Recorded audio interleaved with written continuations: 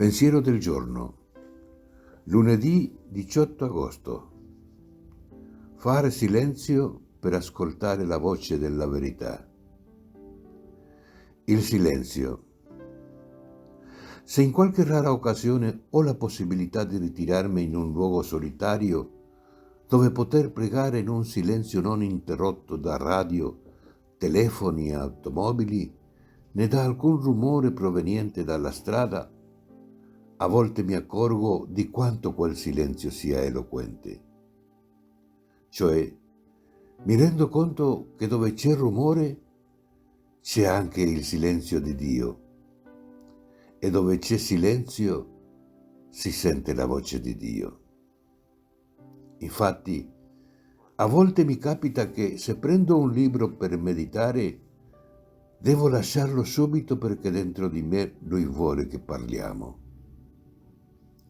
E allora capisco gli anacoreti, i certosini, i trappisti e quanto sia sonora, piena e accompagnata la loro vita.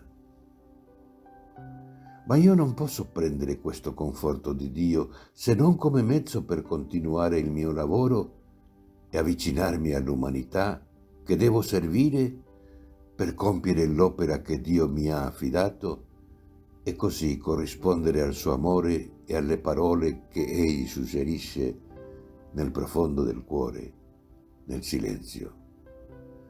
Mi basta sentirmi chiamata e saper di essere amata.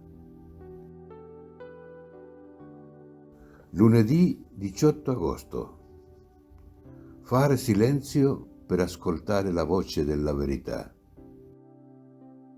Chiara Lubick, Scritti Spirituali 2, Cittanuova Editrice.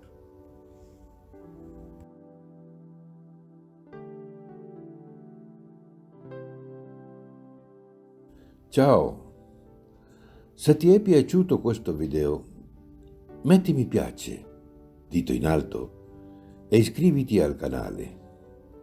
È libero, gratuito e senza alcun impegno. Parola di vita, agosto 2025.